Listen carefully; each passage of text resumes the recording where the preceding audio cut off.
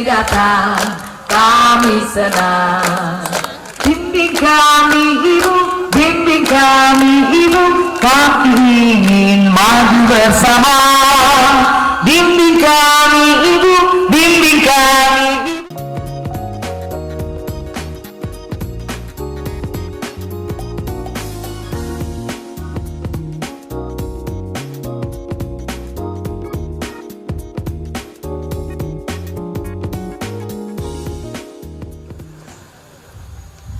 Ini kedua kali saya datang dan ketemu masyarakat Jombang, dulu di Tebu Ireng, sekarang di sini juga bagian dari Tebu Ireng. Tadi saya landing melewati kompleks masjid dan bangunan-bangunan yang sedang dibangun. Untuk saya lihat lebih jauh, sesuatu di belakang daripada bangunan itu nantinya adalah pembangunan manusia-manusia Indonesia, negara besar, negara yang punya laut nomor 2 terpanjang di dunia, yang penduduknya nomor 5 di seluruh dunia, jumlahnya paling besar.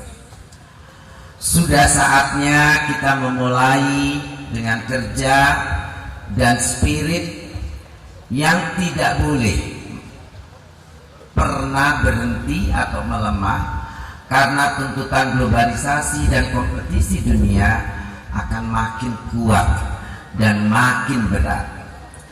Manusia-manusia Indonesia harus dipersiapkan dengan lebih baik untuk menjadikan manusia-manusia Indonesia lebih kuat, lebih punya semangat, dan lebih punya prinsip dan tujuan dalam hidupnya, terutama dari kencangnya, menjaga dari kencangnya arus dan pengaruh beberapa ideologi, beberapa aliran yang bisa mengganggu ketenangan hidup berbangsa dan bernegara.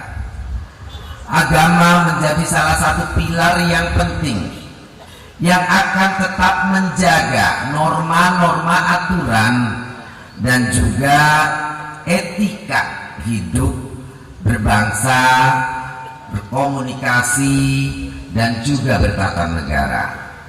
Tanpa dasar keagamaan yang kuat, negara akan kehilangan arah dan tentu nanti tidak baik untuk stabilitas politik dan ekonominya. Pondok pesantren menjadi cikal bakal daripada wadah pendidikan selain pendidikan umum lainnya. Saya punya keyakinan pondok pesantren lebih mengintensifkan dan punya waktu yang lebih banyak dalam mengalokasikan edukasi dan juga training, pelatihan, dan lain sebagainya. Namun satu hal penting kita juga harus ingat, manusia-manusia adik-adik kita ini, generasi muda ini harus kita pastikan mereka mendapatkan asupan gizi yang cukup, yang baik. Tanpa asupan protein yang cukup, otak-otak anak-anak kita nantinya juga tidak bisa mempunyai IQ tinggi. Apabila IQ dari bangsa kita rendah, rata-rata dari penduduk kita rendah, maka pendidikan, pelatihan akan mengalami kesulitan yang luar biasa untuk menjadikan anak-anak ini pintar dan mengerti apa tugasnya sebagai anak-anak bangsa.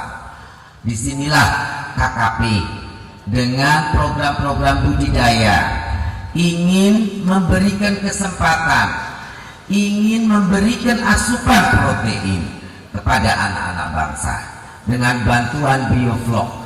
Kita ingin memberikan lagi bantuan yang lain. Kalau bapak dan ibu di pesantren punya sawah, mohon itu juga didaftarkan untuk kita buatkan program Mina Padi. Jadi selain kita dapat karbohidrat, kita juga dapat protein.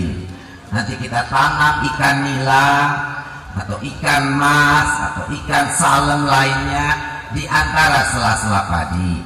Saya yakin Kabupaten Jombang bukan kabupaten yang kering wilayah kontur tanahnya. Kalau di NTT atau NTB saya mengerti air menjadi persoalan besar, tapi saya yakin di Jombang ini tidak ada persoalan-persoalan dengan kapasitas air yang ada di wilayah ini. Jadi apa yang kira-kira bisa kami bantu untuk memberikan dasar asupan protein kepada anak-anak kita, kepada anak-anak bangsa, saya akan berusaha semampu kami dengan anggaran sebesar-besar yang ada di kami untuk kami tunjukkan ke sana. Dan mohon kepada Dirjen Budidaya juga BWRSDM untuk melatih dengan benar supaya kegagalan-kegagalan tadi juga tidak terjadi.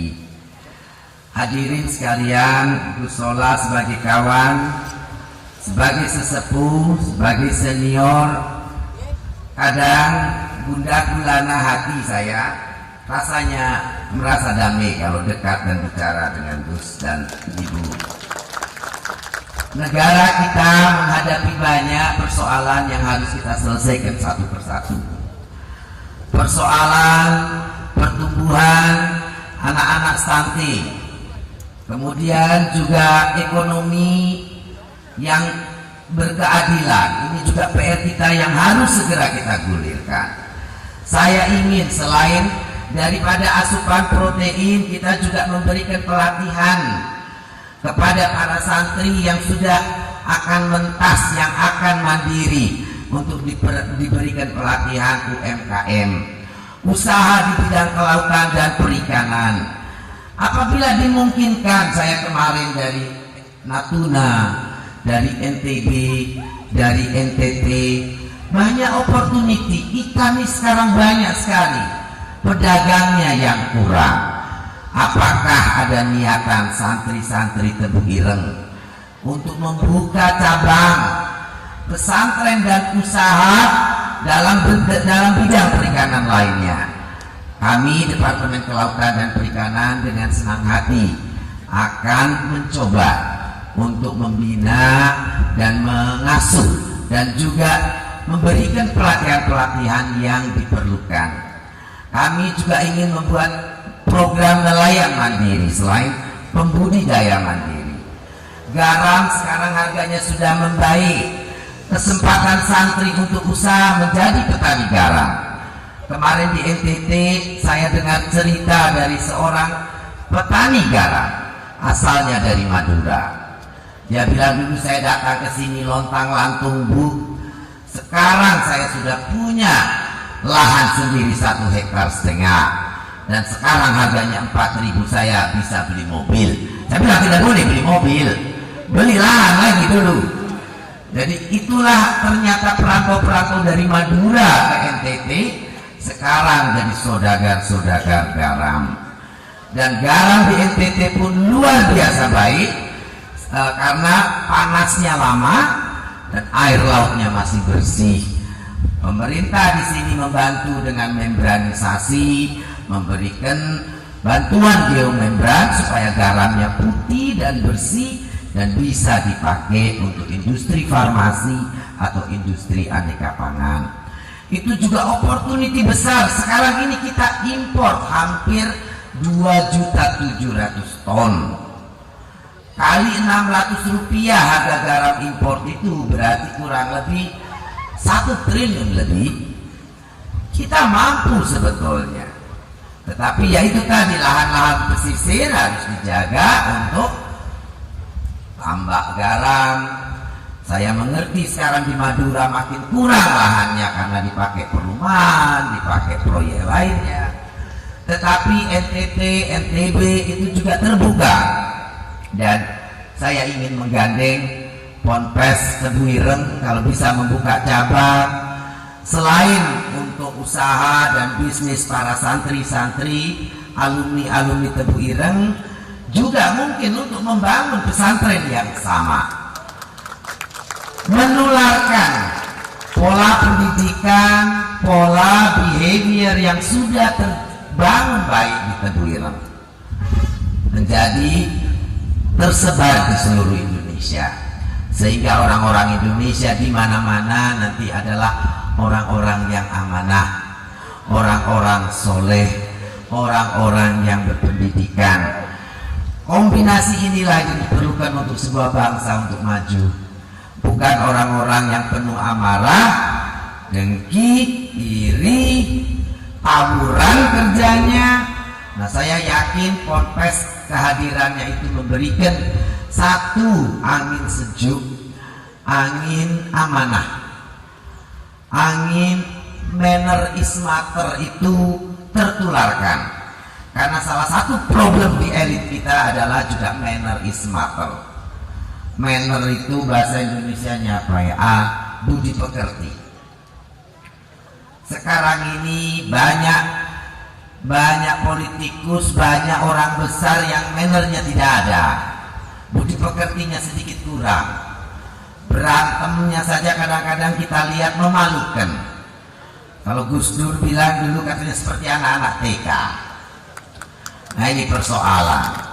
Nah, kalau dibantu dengan pendidikan, agama, budi pekerti yang baik, yang saya yakin itu adalah esensi utama pendidikan yang ada di Ponpes. Saya yakin nanti lebih banyak lagi orang amanah. Pemimpin-pemimpin baru yang berasal dari Ponpes menjadi pemimpin-pemimpin yang lebih amanah, yang lebih mengerti budi pekerti, yang tahu tata krama dan sopan santun, sehingga memberikan leadership kepada negeri ini, kepada bangsa ini, menuju kejayaan dan kebesaran sebagai bangsa besar. Kita kaya, sumber daya alam kita luar biasa, hanya kita belum mengelolanya dengan benar. Saya juga meminta orang-orang yang hidup di sungai, di pinggir laut, untuk memulai menjaga laut dan sungai itu sebagai berada depan rumah kita, bukan berada belakang yang kita buang sampah seenak sendiri. Kata Presiden, misinya adalah menjadikan laut masa depan bangsa. Kalau masa depan, ya di depan, tidak boleh di belakang. Tidak boleh kita belakangi. Bagaimana kita mau membangun laut menjadi masa depan bangsa kita? Kalau kita belakangi, kita buang sampah, kita biarkan maling ikan datang, kita biarkan investor yang mau mencuri ikan, katanya investor tapi kedoknya saja, tapi mau curi ikan, kita dibiarkan. Ya itu sama saja tidak akan menjadikan laut masa depan bangsa kita. Kalau kita konsisten laut itu masa depan bangsa, kita harus jaga, kita harus rawat, kita juga harus belajar tentang laut. Saya mendapatkan bantuan dari Pak Gobel, Rahmat Gobel, Panasonic, itu ada 100 TV dan VCD. Kalau berkenan ada pendopo di mana saya bisa install 1 atau 2 unit di sekolah Ponpes ini. Nanti saya sampaikan ke Pak Gobel, salah satu penerima adalah Ponpes Tebuireng. TV ini bukan untuk nonton sinetron, ya, bukan untuk nonton itu apa ninja kura-kura apa game bukan. Kami akan kirim film-film BBC Earth dan BBC Oceans dan juga BBC People untuk program edukasi supaya semua kita tahu apa itu di dalam laut, apa gunanya sebuah binatang warna biru di laut kita, apa gunanya ombak, apa gunanya kesehatan laut untuk kita, apa itu climate change, apa itu people behavior, apa itu human error, dan lain sebagainya. Kalau itu berkenan, nanti saya kirim Gusola untuk pendidikan anak-anak. Janji ya, bukan untuk nonton sinetron ya. Nah, mudah-mudahan biovlog yang kita bantukan bisa memenuhi kecukupan gizi para anak-anak santri yang ada di Ponpes-Ponpes. Bapak dan Ibu, berikan asupan makan ikan yang banyak. Iwake harus iwak temenan, tidak boleh iwak-iwakan. Mangane karo apa? Iwak tahu, iwak tempe. Ya bukan, iwak ya kudu iwak. Iwak temenan, daging ikan pasti lebih murah daripada daging sapi. 1 kilo daging sapi bisa beli lele 6 kilo. Ya toh? Dan sapi bisa bikin budet, darah tinggi naik, kolesterol tinggi. Nah, ikan tidak. 1 kilo ikan lele 15.000 sampai 20.000. Daging sapi 100.000. Jadi 1 berbanding 6. Kalau makan daging sapi seminggu sekali, ganti bisa menjadi tiap hari makan ikan. Betul toh? Proteinnya sama, bahkan kelebihannya ikan ada omeganya. Nah, insya Allah kalau kita semua niat membangun anak-anak bangsa ini menjadi anak-anak pinter, kita ganti daging dengan ikan, ayam dengan ikan.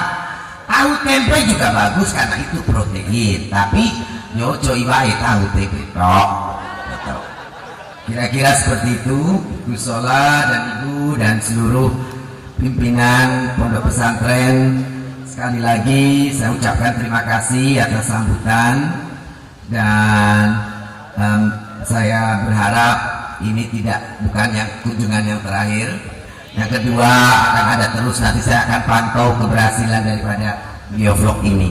Akhirul kalam, assalamualaikum warahmatullahi wabarakatuh.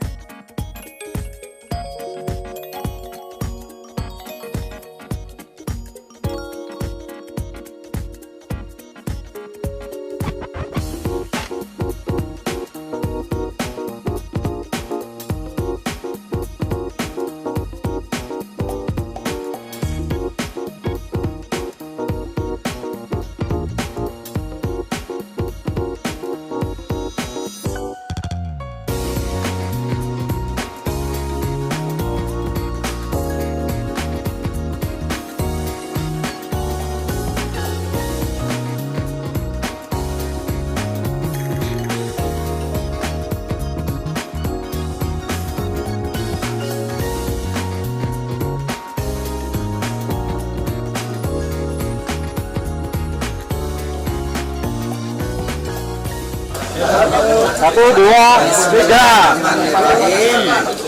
Yang gede, yang subur, yang produktif. Amin ya rabbal alamin.